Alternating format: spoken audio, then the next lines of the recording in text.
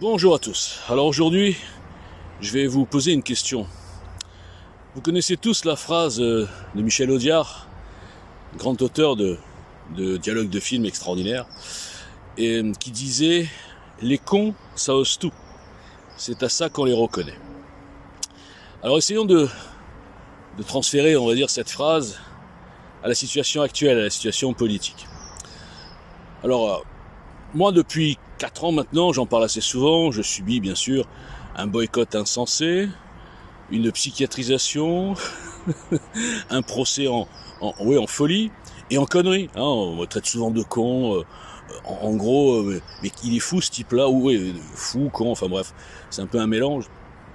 Il est fou ce type-là, il est personne, il a pas de, il est pas connu, il a pas de soutien, il est pas dans un lobby, il est pas franc-maçon, il est pas énarque, il est rien du tout. Et il a osé construire une alternative politique. Et il a osé croire que les gens n'étaient pas des moutons. Alors, moi je vais commencer par vous dire que, pour moi, dans la situation que traverse notre pays, c'est-à-dire un suicide assisté non pas par ordinateur, mais par une bande de psychopathes collabos, une caste, qui a pris le contrôle de toutes les institutions, de tous les pouvoirs, et qui nous mène droit vers l'abîme.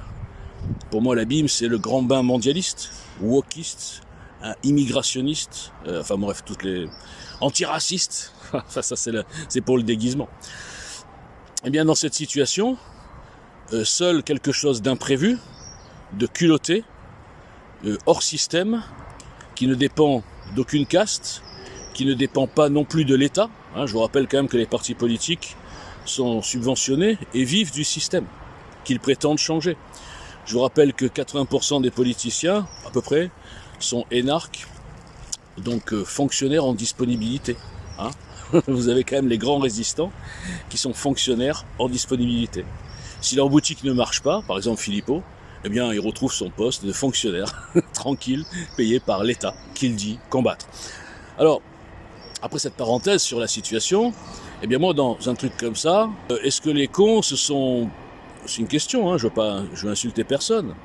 Est-ce que les cons, ce ne sont pas ceux, par exemple, qui attendent depuis 40 ans l'union des droites? Est-ce que ce ne sont pas ceux qui n'ont pas compris que les partis politiques étaient des boutiques?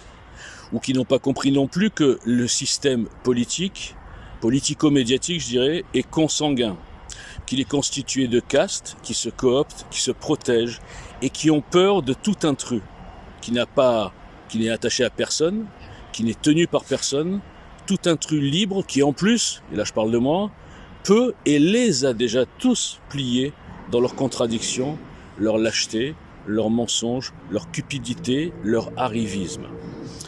Eh bien pour moi, je suis désolé, ce sont eux les cons. Ce sont ceux qui n'osent rien, qui crachent sur celui qui ose, sans être jamais capables depuis 5 ans d'avoir un débat constructif sur le fond de ce que propose EJL Citoyen et moi-même. En fait, ce sont toujours des attaques personnelles, de la condescendance, du mépris et beaucoup de lâcheté, bien sûr. Je parle pour ceux qui sont tous partis suite au cabale que j'ai subi personnellement. Et EJL Citoyen par ricochet sur Twitter notamment. Les cons, ce sont ceux qui ne veulent pas voir la réalité. La réalité, à savoir que Walter Boujna est un inconnu total, trop libre pour être honnête, c'est tout le contraire, trop libre et trop honnête finalement, et l'inconnu, on va dire, le plus suspendu, boycotté, psychiatrisé, cible de cabale, d'insultes et de menaces, de tout le paysage politique, on va dire, de la dissidence citoyenne. EJL Citoyen est le mouvement le plus construit, budgété, avec un business plan dans le programme, il faut le faire, personne ne fait ça, je vous le dis, même les politiciens professionnels. Eh bien, un programme qui changerait complètement la 5e, et qui réparerait toutes les aberrations que nous vivons, qui est écrit depuis 2017, enfin, le début 2017, et ensuite il était bien sûr largement amélioré par beaucoup de citoyens constructifs. Des militaires ont fait le programme défense, des profs ont fait le programme éducation nationale. Moi j'ai pas tout fait, je suis pas omniscient, donc j'ai fait ce que j'ai pu. Donc pourquoi ce programme et pourquoi cette initiative, pourquoi ce mouvement a été la cible de tous? Enfin le microcosme politique et médiatique des petites starlettes, etc. Eh bien c'est très simple. Les chroniqueurs, influenceurs à 2 balles qui ont les chaînes YouTube et qui vivent sur la résistance, je les ai tous mis à jour. Mais ils sont tranquilles, ils savent que je suis boycotté, donc j'ai aucune visibilité, on va dire. Les politiciens, par exemple Jean Messia, qui est pour moi l'archétype de la pourriture politicienne, opportuniste, lâche, etc. Je l'ai mis à jour aussi. J'ai démontré sur pièce que c'était vraiment, je vais pas dire je vais dire le mot, une merde, humainement. Et que dans ce système de l'entre-soi, de la superficialité, des moutons dociles qui protègent leurs idoles, eh bien, il a quand même une bonne réputation chez les patriotes. Hein, alors qu'en fait, bon, bref, je ne vais pas polémiquer sur Jean Messia, peu importe. Donc, j'ai prouvé aussi dans mon livre, avec des anecdotes, que ce système, je répète, était consanguin. En fait, ces gens ne parlent qu'entre eux, c'est-à-dire qu'entre ceux qui ont de l'audience, qui ont la visibilité dans les médias. Hein, vous savez que les petits médias, ils invitent que leurs petits copains. Donc, pour moi, je suis désolé, les cons, c'est ceux qui ne voient pas tout ce que je démontre depuis 4 ans, avec 44 comptes suspendus. Ils devraient se poser la question, comment se fait-il que les grands dissidents méchants, genre Alain Soral, Dieudonné, enfin toute la Youssef Indy, enfin toute la frange antisémite, complotiste, etc., eh bien, soient moins censurés et suspendus qu'un mouvement citoyen sain, associatif, avec des adhérents. Alors que eux gèrent des boutiques, ils vendent des trucs. Moi, mon livre, il est gratuit. Hein, voilà. Ils devraient se demander pourquoi, justement, cette grande dissidence est moins censurée que cet inconnu, hein, que Walter Boujna, personne ne connaît. Mais non, ils ne se posent pas de questions. Et pour moi, ces cons de CES devraient aussi avoir le courage de venir débattre sur le fond. Eh bien, quand il y en a certains qui osent émettre des critiques ou des accusations, je réponds à tout le monde, moi. Eh bien, je réponds, je démonte, je ridiculise avec des faits concrets, et les gens sont vexés et bloquent, et fuient le débat, parce qu'ils sont incapables de débattre. Ils sont capables juste de suivre des grands troupeaux. La notoriété, pour eux, est un gage de qualité.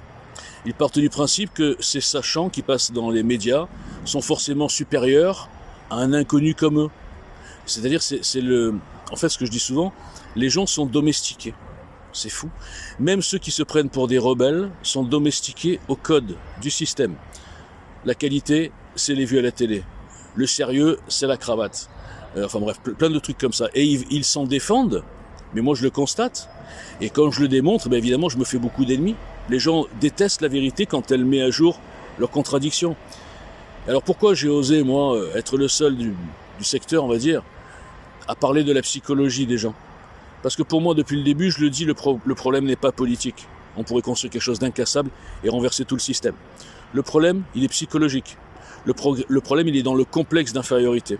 Le problème, il est dans l'aigreur, la jalousie, la rage de gens qui sont des riens, comme moi, et qui ont, au lieu d'aider un rien comme eux, et de faire un gros tout, si j'ose dire, eh bien, ils vont cracher sur ce rien, parce que ça leur donne des complexes.